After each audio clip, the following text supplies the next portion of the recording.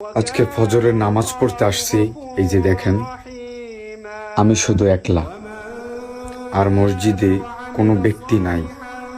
এই এলাকায় কিন্তু অনেক মানুষ, অনেক ছেলে পেলে তারা রাত জেগে খেলা দেখে, অনেক রাত্র জাগে। তারপরে এই দুই একদিন আগে যেদিন মরক্কো আর ব্রাজিলের খেলা গেল, সেদিন অ্যালার্ম দিয়ে ঘুম থেকে উঠে 4টার দিকে খেলা দেখছে, কিন্তু ফজরের নামাজটা পড়ে নেয়। এই আজকেও দেখেন একটা লোক নাই এই মসজিদে, এই মসজিদ পুরো ফাঁকা। আমি আসছি, আমি একলা নামাজ পড়ছি। তো আপনারা তো সবাই আমাকে বলেন বারবার যে কেন আমি শুধু এই খেলার বিপক্ষে বলি, খেলা নিয়ে বলি।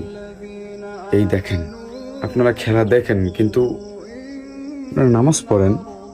এই দেখেন, একটা লোক এই মসজিদে নাই, আমি শুধু একলা মসজিদে নামাজ পড়ছি। কি বলবো, এই জাতিকে আল্লাহ তাআলা হেদায়েত দিক, এই দোয়াই করি।